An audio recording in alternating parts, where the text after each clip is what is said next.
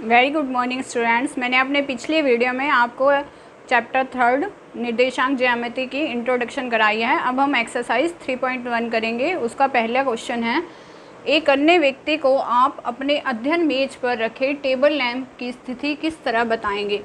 हमें स्टूडेंट इसकी स्थिति बतानी है कि आपकी एक मेज पर एक टेबल लैंप रखा हुआ है। तो हर व्यक्ति के लिए स्टूडेंट तो अलग अलग हो सकती है, हर कोई अपने हिसाब से बता सकता है। जैसे हम जनरली लें तो मान लीजिए ये कोई टेबल है,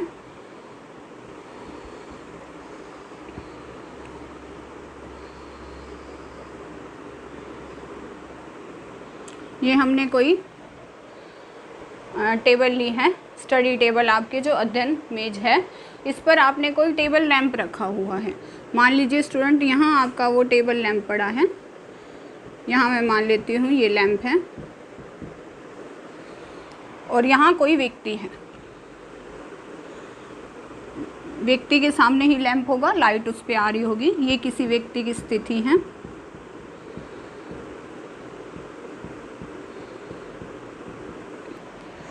ये स्टूडेंट लैंप है और ये व्यक्ति की स्थिति है।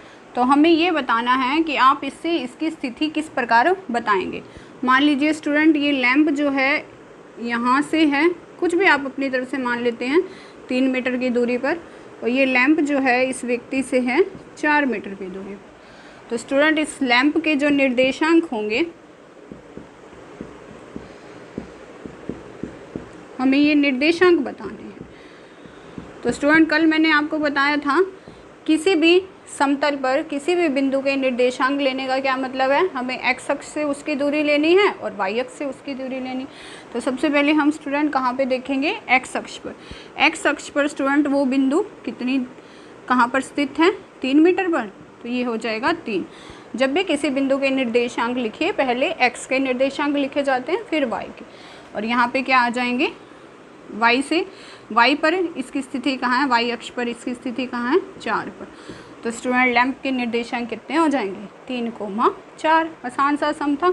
ये हमने मान लिया कि आपकी स्टडी टेबल है, ये हमने लैंप मान लिया, और ये हमने क्या मान ली, व्यक्ति की स्थिति। ये हमने अपनी तरफ से ले लिया कि ये लैंप जो है मान लीजिए यहाँ पर एक्स से है 3 मीटर और वाई अक्ष पर है 4 मीटर। तो इसके निर्देशांक कितने हो जाएंगे स्टूडेंट, 3,4। अब हम इसका सम नंबर सेकंड करेंगे। स्टूडेंट सेकंड सम की स्टेटमेंट है, एक नगर में 2 मुख्य सड़कें हैं जो नगर के केंद्र पर मिलती हैं। ये 2 सड़कें उत्तर दक्षिण की दिशा और पूर्व पश्चिम की दिशा में हैं। नगर की अन्य सभी सड़कें इन मुख्य सड़कों के समांतर परस्पर 200 मीटर की दूरी पर हैं। प्रत्येक दिशा में लगभग 5 सड़कें हैं। 1 सेंटीमीटर बराबर 200 सेंटीमीटर का पैमाना लेकर अपनी नोटबुक में नगर का एक मॉडल बनाइए। तो स्टूडेंट पहले हम यहाँ तक समझते हैं।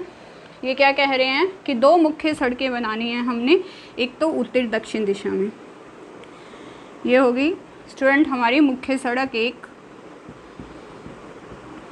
जो हमने बना दी उत्तर दक्षिण दिशा में, और एक सड़क बनानी है स्टूडेंट हमें पूर्व पश्चिम दिशा में। ये हो गई हमारी मुख्य सड़क जो हमने बना दी पूर्व पश्चिम दिशा में। अब स्टूडेंट ये क्या कह रहे हैं, 1 सेंटीमीटर बराबर 200 मीटर का पैमाना लीजिए, क्योंकि आपकी जो नोटबुक होगी उसमें 200 मीटर की लंबाई चौड़ाई जो है वो खींचना संभव नहीं है। तो आपके जो छोटे छोटे खाने होंगे 1-1 सेंटीमीटर के, उसको आप क्या समझ लोगे, 200 मीटर के बराबर समझ के उसको बनाओगे।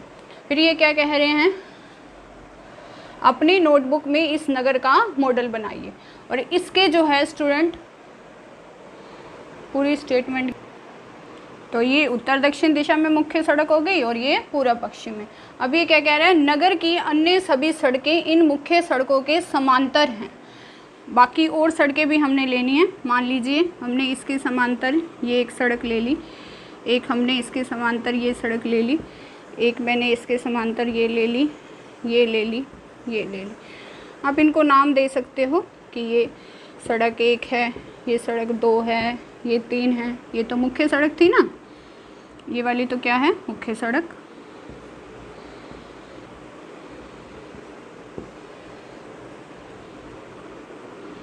ये सड़क 4 है और ये सड़क स्टूडेंट हमने क्या ले ली, 5 है। इसी तरह हम एक्स के यहाँ पे हमने ले ली समांतर, ये मुख्य सड़क है, इसके समांतर ये पहली सड़क होगी, ये होगी दूसरी सड़क। और स्टूडेंट यहाँ हम ले सकते हैं तीसरी ले ली मैंने, यहाँ मैंने क्या ले ली, चौथी।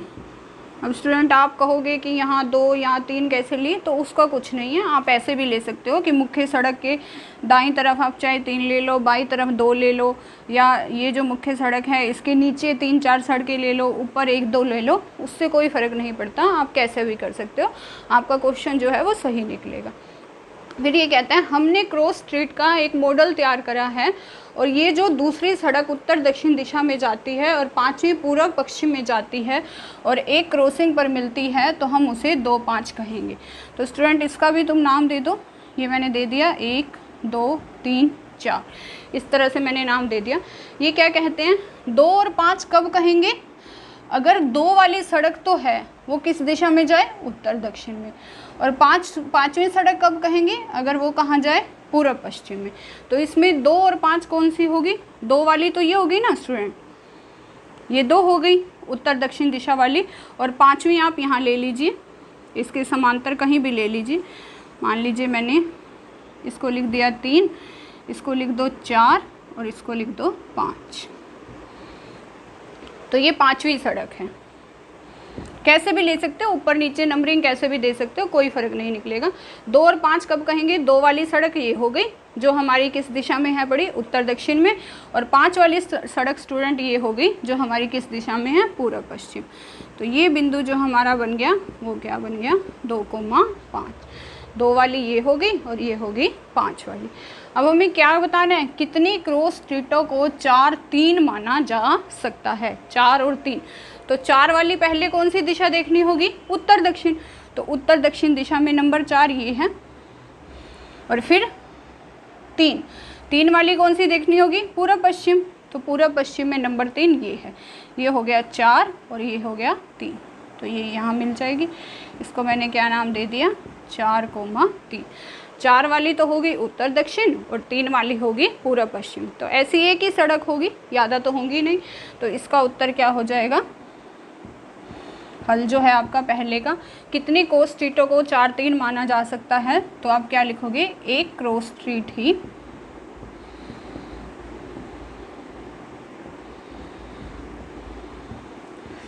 चार 3 है। कितनी क्रॉस स्ट्रीट 4, 3 है, एक ही है जो क्या है 4,3। दूसरी है कितनी क्रॉस स्ट्रीटों को 3,4 माना जा सकता है। अब 3,4 का क्या मतलब है, 3 वाली कौन सी लेनी है, जो उत्तर दक्षिण में हो, तो उत्तर दक्षिण में 3 वाली ये है ना नंबर 3 पे, और 4 वाली कौन सी लेनी है, जो पूर्व पश्चिम में हो, तो पूर्व पश्चिम में 4 वाली ये है, ये हो गया 3 और ये हो गया 4, तो ये बिंदु क्या हो जाएगा, 3,4। ये तो होगी उत्तर दक्षिण की और ये होगी पूर्व पश्चिम की, तो ये बिंदु हो गया हमारे पास 3,4। ये देखो ये हमें लिखा हुआ है कि 2 का मतलब तो है उत्तर दक्षिण और यहाँ 5 का मतलब क्या है, पूर्व पश्चिम। पहले हमें x वाला जो है वो उत्तर दक्षिण का लेना है, और जो हमारे पास सीधी क्षैतिज रेखा है, ये वाली रेखा जो है, ये हमें किसकी लेनी है, पूर्व पश्चिम की। तो 3 वाला जो हो गया वो स्टूडेंट हमारे पास हो गया उत्तर दक्षिण, और 4 वाला स्टूडेंट हमारे पास क्या हो गया, पूर्व पश्चिम। तो ये बिंदु क्या हो गया, 3,4।